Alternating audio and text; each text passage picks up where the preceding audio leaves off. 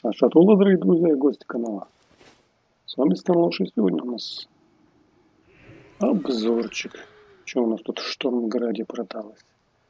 Опа, 3 золотых и 96 серебряников. Сочное мясо моллюска продалось. А также мясо люторога. Вот такие у нас продажи. И вот много чего не состоялось. Да. Ну что ж, бывает и такое.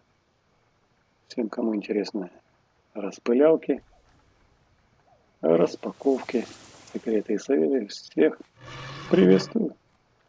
Подписаться. Всем спасибо за просмотр. Пока. А шатула